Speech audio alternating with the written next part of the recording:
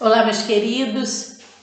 Que bom estar aqui mais uma vez com vocês.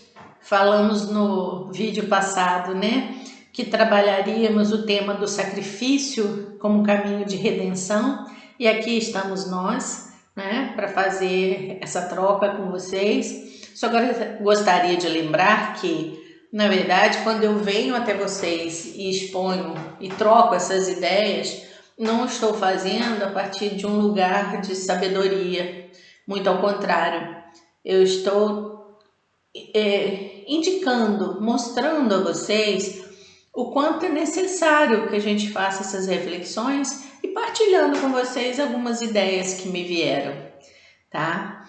Então, assim, hoje, com certeza, o tema vai nos trazer algumas inquietações, porque no fundo nós estamos sempre querendo saber como a gente pode fazer para acelerar o nosso processo evolutivo, né? Como nós podemos fazer para crescer mais, para ampliar o nosso nível de consciência, para que o nosso processo de evolução seja um processo mais rápido, mais maduro, mais eficiente, né? E pensar sobre a evolução do ponto de vista do sacrifício nem sempre nos é muito tranquilo. Por quê? Porque pensar sacrifício como caminho de redenção nos traz pontos importantes. E aí, o que a gente pode pensar de início? Nós somos humanos, somos todos humanos. E a humanidade, na verdade, não gosta da dor. Aliás, ninguém gosta de sofrimento, né? Muito menos de sacrifício. Sacrifícios são muito dolorosos para a humanidade, principalmente a humanidade atual, que está sendo estimulada a fugir da dor, né? Não é à toa que a qualquer dorzinha física, uma dor de cabeça que seja, existe sempre aquela medicaçãozinha para retirá-la, né?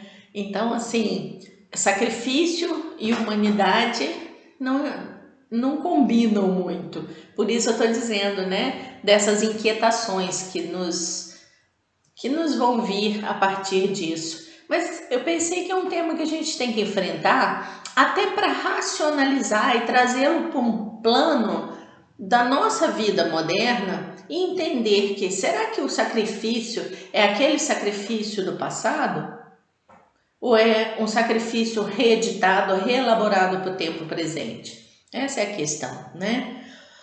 Bom, e aí quando pensamos em sacrifício pelo Evangelho, muito nos vem daquela, né, da trajetória que está colocada nos Evangelhos e lembramos daqueles primeiros cristãos, né, que deram a sua vida pelo Evangelho do Cristo, que iam para as arenas, para os horrores das arenas, cantando louvores aos céus e a Jesus. Eles estavam prontos, eles estavam maduros, eles viveram a vibração da presença do Cristo, né, nas suas vidas. Também podemos lembrar dos discípulos de Jesus, né? Todos eles, a seu tempo e a sua maneira, também fizeram os seus sacrifícios, tiveram mortes bastante peculiares, cada um deles.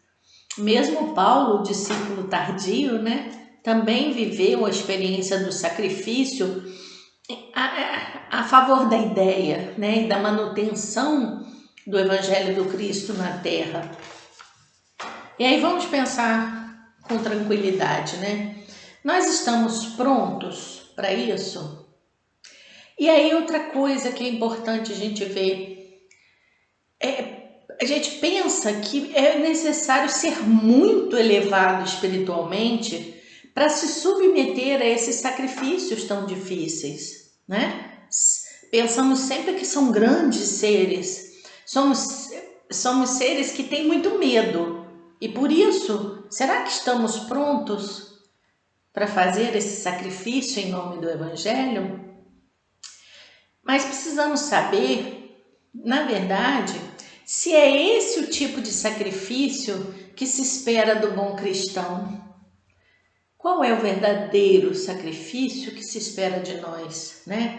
Será que quando se fala em sacrifício da própria carne, como disse Jesus, devemos entender que temos que fazer exatamente o que Jesus fez? Dar o corpo e sangue em sacrifício para a própria salvação e a salvação do mundo? Como podemos entender, e essa é a chave da nossa reflexão de hoje, as palavras que o Cristo proferiu estão lá em João 6,54. Quem come a minha carne e bebe o meu sangue tem a vida eterna, e eu o ressuscitarei no último dia. Como podemos entender essa passagem? Eis o desafio que se nos apresenta esse momento, né? Esse momento em que nós estamos vivendo, nessa atualidade. Em algumas ocasiões, pensamos que o significado está simplesmente no fato de termos de deixar a vida material de lado, né? Valorizando a dimensão espiritual na nossa vida. Não é assim que a gente pensa? Não, o importante é valorizar a vida espiritual e abandonar a vida material. Bom, mas de que nível de valorização nós estamos falando? Que tipo de não valor deve ser dado à vida material? Afinal, na nossa racionalidade moderna, nós temos que defender a nossa vida, né? Temos que viver, temos que enfrentar o cotidiano, trabalhar, né? E todas as ações que nos cabem. E isso realmente é uma verdade, ou seja, não basta isso para alcançarmos um patamar evolutivo, um nível de consciência mais elevado. Simplesmente deixar de valorizar a vida material não nos eleva a ponto de estarmos no caminho de uma evolução mais sábia. Então, o que a gente vai fazer? Nós vamos buscar uma compreensão um pouco mais profunda do que significa essa exigência evolutiva, né? E aí, para pensar, eu me lembrei muito, ao fazer essa reflexão, de uma professora que tive no doutorado, a Maria Lúcia Martinelli, muito sábia, além de muito inteligente, mas uma sabedoria de vida fantástica. E ela dizia que as palavras são portadoras de sentido. Quando a gente toma uma palavra para interpretá-la, ela nos ajuda a compreender, né, as entrelinhas. E aí fui buscar, né, o significado profundo, o significado, né, real de sacrifício, porque nós entendemos sacrifício como imolação, né? E no latim, sacrificium, que no latim é assim, né? Literalmente significa ofício sagrado. Seria tornar um ato sagrado. A mistura com o paganismo de todos os tempos é que acabou por colocar os sentidos que vemos na história, ligados ao ato que foi tornado religioso, que foi tornado divino, por isso os sacrifícios, né, que vimos de imolação de seres humanos, de imolação de animais, sempre no sentido de agradar os deuses ou o único Deus depois de um tempo. Então a gente vê que essa mistura com o paganismo, né, aquilo que é sagrado e aquilo que é profano, acabam se misturando. E essa concepção, na verdade, de entender como imolação, combina muito melhor com as mentes ainda ignaras da humanidade, principalmente as humanidades, né, de tempos atrás. E com consciências ignaras não conseguem interpretar de outra forma. Por quê? Porque possuem uma concepção de Deus ainda bastante infantil, né? Porque se a gente olhar na história, a humanidade, até a vinda de Jesus na Terra, como nos explica muito bem o Pietro Baldi, eles tinham formas distintas de compreender a divindade. Nós passamos por um processo, porque quanto mais a humanidade amadurece no seu processo de ampliação de consciência, mais vai se aproximando do que verdadeiramente significa Deus, né?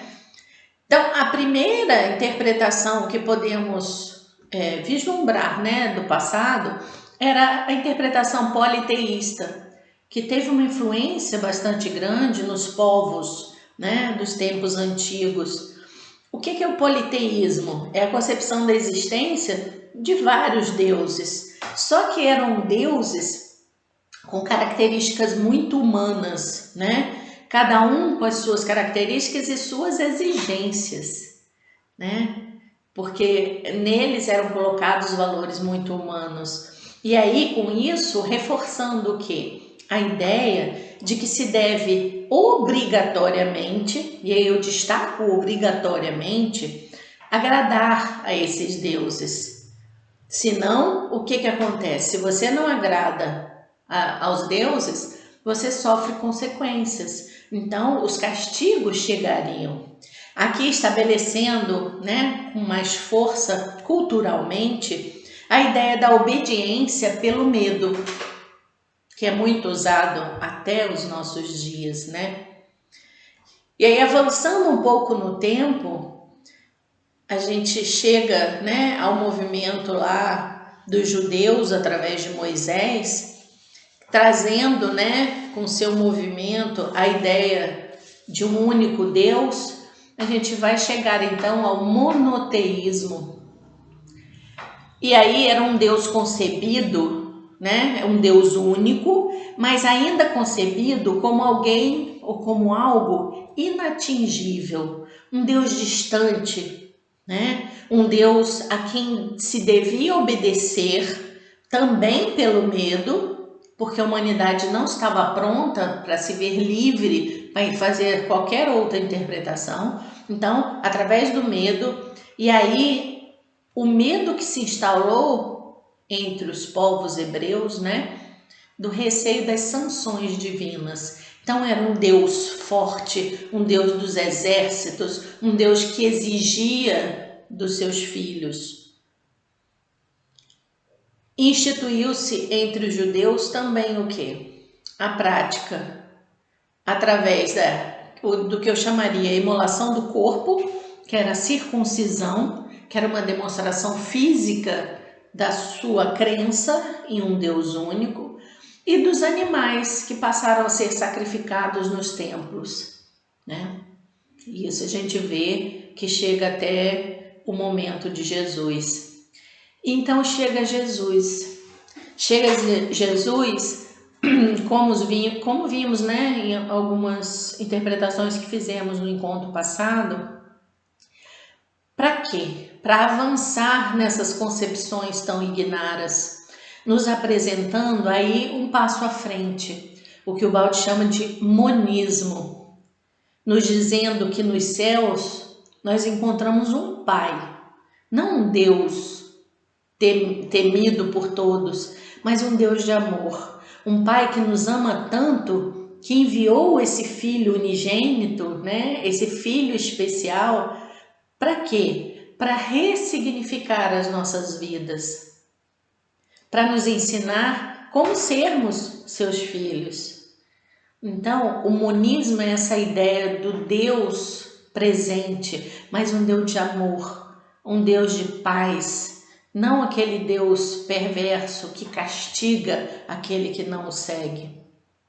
Com isso, retira a concepção que o Cristo traz, né? Retira definitivamente a ideia do sacrifício que era instituída, trazendo à tona o quê? Outro acesso ao Pai. Eu não vou sacrificar uma vida para acessar, não tenho obrigatoriamente que cumprir esse sacrifício de imolação, né?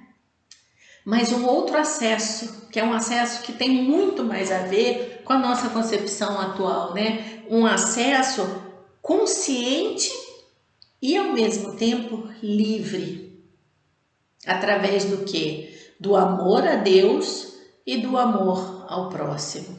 Então nós temos aí duas formas muito claras de interpretar. Eu chego a Deus quando eu conseguir amá-lo verdadeiramente e amar ao meu próximo como a mim mesmo.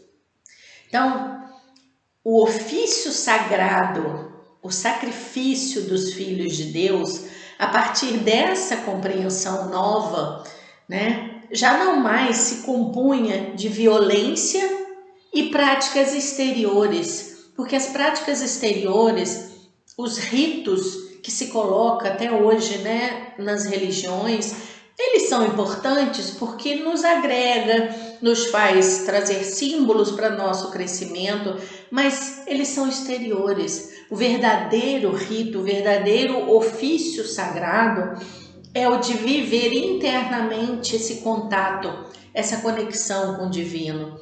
A boa nova que o Cristo traz, né, ela expressa a redenção da humanidade e ela se daria através de quê? De outros caminhos que ele apontou em toda a sua existência terrestre, né? Seria o início de um tempo onde a humanidade se voltaria para o seu interior divino, sendo também filho desse Pai de amor, né?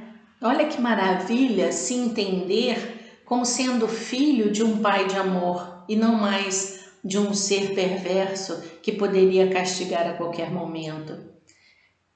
Isso eu acho que foi o maior aprendizado que o Cristo pôde nos trazer. E aí, nesse sentido da liberdade de busca de conexão, a gente faria o exercício permanente de aprender a sair das práticas profanas, né, mundanas, e de agir a partir das coisas da matéria, que é o que nos caracteriza até hoje, enfim, atender aos instintos mais animalizados e passaríamos a agir a partir do quê?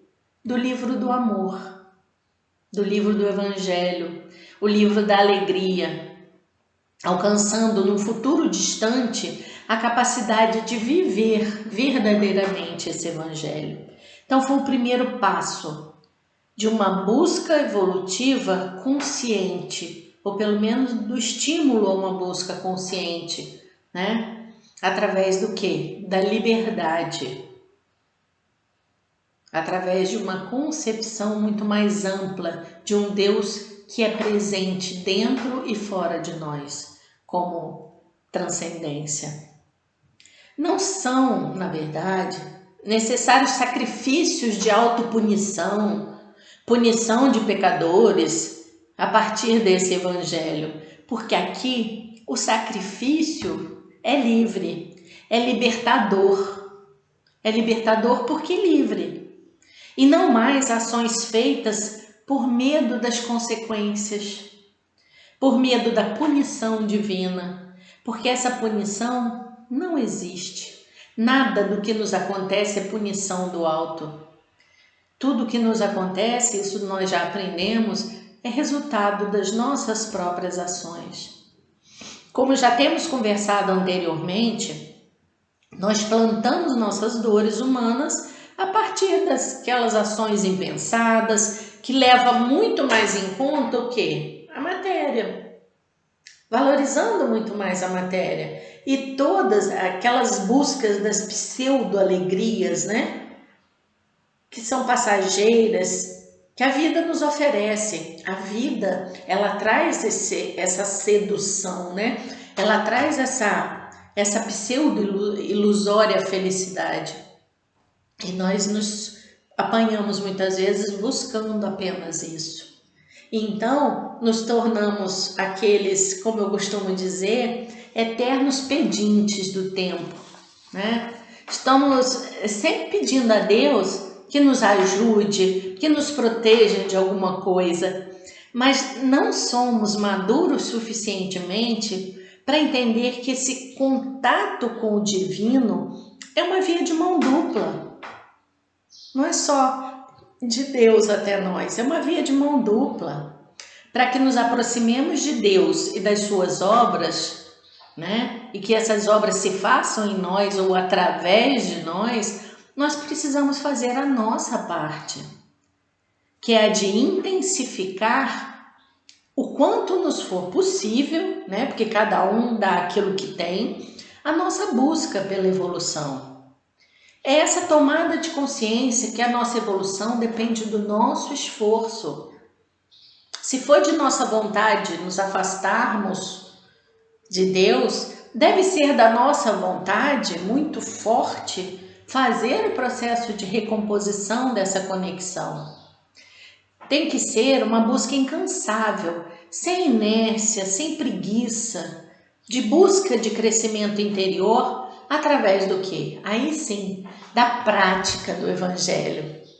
Sendo a prática do Evangelho não mais obrigatória, não é obrigatória, não mais sendo uma ação que quer se livrar da punição divina. Vou tentar fazer o certo porque eu não quero sofrer. Não. Mas de uma tomada de consciência de que somos livres, porque Deus nos criou livres, né? Não poderia ser diferente. E aí percebendo finalmente que quanto mais agimos através do ofício sagrado, através das ações que tentam seguir os passos de Jesus, mais próximos da verdadeira felicidade nós estamos. Porque sabemos que a verdadeira felicidade não se encontra aqui, né, nesse nosso mundo, nessa nossa experiência. Essa consciência de liberdade nos traz algo bem claro. Vamos tornar todos os nossos atos de nossa vida um ato sagrado, um ato de tolerância e de amor, né? Por quê? Porque nós queremos viver assim. Porque aprendemos que não existe porta larga para o reino do Pai, e sim, como ele mesmo afirmou, porta estreita. Por quê? Porque precisamos sim dar menos importância às coisas do mundo, mas devemos também supervalorizar cada uma dessas ações cotidianas como um ato sagrado. Viver é um ato sagrado. E aí, a desvalorização das coisas do mundo, dando, é óbvio, a importância que lhes cabe na valorização e manutenção de uma vida tranquila, né? Mas não uma supervalorização da posse, do poder, etc. Às vezes, nós cremos que precisamos, para evoluir, de missões enormes, né? Que temos que ser um grande missionário, de termos notoriedade no campo espiritual, no campo religioso, enfim. Nos esquecendo, na verdade, daquela lição de humildade e amor dada pelo Cristo, que é de fazer das suas ações cotidianas uma expressão desses valores. A sugestão do Evangelho que Jesus nos trouxe é que cada papel que nós desempenhemos na nossa vida, no nosso dia a dia, seja no trabalho, na família, no grupo religioso, seja desempenhado com amor, com dedicação, com a sua total manifestação, né? Com empatia com os outros. Por isso, cada uma dessas ações, né, se tornam um ofício sagrado no dia a dia, um ofício de vida, ou seja, vai estar sim em consonância com o Pai. Quando Jesus disse aquelas palavras, quem come a minha carne e bebe o meu sangue tem a vida eterna e eu o ressuscitarei no último dia, vamos pensar, ele estava fazendo uma convocação para que nós possamos viver a nossa vida como ele viveu. O pão da vida que ele ofereceu aos discípulos na última ceia, na maravilhosa última ceia, expressava, podemos pensar, seu exemplo de vida que deveria ser seguido. O alimento é o alimento espiritual, o alimento da ação dentro do espírito. E o vinho, talvez possamos pensar como uma representação do sangue, demonstrando o quanto ele nos conhece, né? Por que ele expressou o vinho como sangue? Ele sabe o quão difícil para nós é abrir mão da vida material, da vida mundana, para viver os preceitos do Evangelho. Ele sabia naquele tempo e ainda sabe o quanto ainda somos egóicos, né, e imaturos para assumir esse ofício, assumir esta responsabilidade de sermos 24 horas por dia alguém que expressa uma vida em Deus. Sua expiação na cruz, poderíamos interpretar, né, dentre as várias interpretações que podemos dar, podemos pensar que ela expressava simbolicamente que a verdadeira vida não é desse mundo, que a carne não tem significação importante a não ser para dar o testemunho de uma vida espiritualizada, de uma vivência espiritual, que é a verdadeira essência nossa, né? Tanto que ao ressuscitar, ele dá o quê? Ele dá a nós o testemunho vivo de que a verdadeira vida não se encontra aqui. Ele iria retornar ao Pai a partir disso. Então, é importante que a gente pense que não devemos ter dúvida, né? É muito difícil viver e agir a partir dos preceitos do Evangelho. Por quê? Porque a nossa capacidade de amar ainda é bastante insignificante. Nós ainda temos muitas sombras a serem descortinadas dentro de nós. Não é à toa que a grande maioria ainda considera o Evangelho algo inatingível, que é coisa só para os grandes, para os santos, para os grandes mestres. Por quê? Porque para viver esse Evangelho, nós temos que deixar aquele nosso velho amigo, de quem já falamos, o ego, de lado. Porque temos de aprender que somos um, que dependemos absolutamente uns dos outros. Essa é a grande lição, né? Nós vivemos hoje um momento muito elucidativo, eu diria muito didático, que nos faz aprender que temos que ficar em casa para cuidar de nós, mas também para cuidar dos outros. Essa pandemia nos trouxe isso, né? Que ficar em casa significa entender que não existe cuidado à saúde para todos ao mesmo tempo no nosso sistema de saúde. Em nenhum lugar do mundo, né? Que saindo, nós estamos colocando nossos irmãos em risco, em sofrimentos desnecessários, se o processo fosse retardado, né? Mas o que nós vemos? Rapidamente, né? Só para a gente pensar. Nós vemos uma humanidade muito mais preocupada com a crise financeira, com as suas consequências, do que ficar em casa para proteger o outro. E mais, o ficar em casa trouxe muito mais rebeldia do que compreensão dessa unidade, porque ficar em casa é não poder sair para curtir a vida. Esses somos nós. Não compreendendo, né? Nós não conseguimos compreender que nós poderíamos passar por isso de forma muito mais leve, se desenvolvêssemos a nossa capacidade de solidariedade, de empatia, de fraternidade.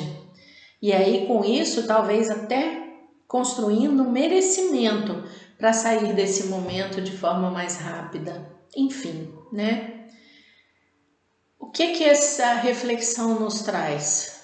Ponto 1.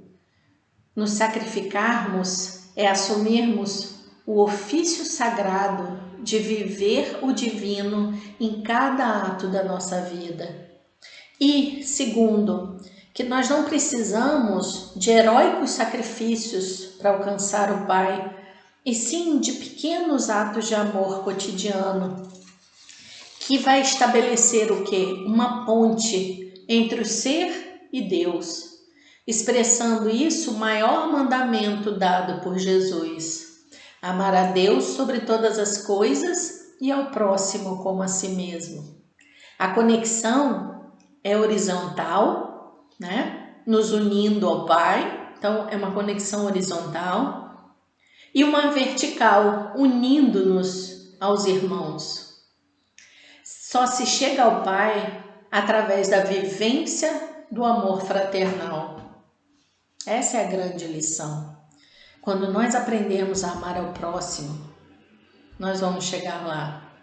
Se no encontro passado nós terminamos pedindo a Deus que nos permita um dia dizer como Jesus: eu e meu Pai somos um, hoje nós vamos terminar rogando ao Pai que nos dê sabedoria para chegarmos à madura compreensão do amo ao teu próximo como a si mesmo, afirmando verdadeiramente que todos somos um só. E que Jesus nos abençoe e possa nos dar força, inteligência e coragem para traçar o nosso caminho evolutivo de forma mais inteligente, de forma mais madura. Fiquem com Deus. Um beijo.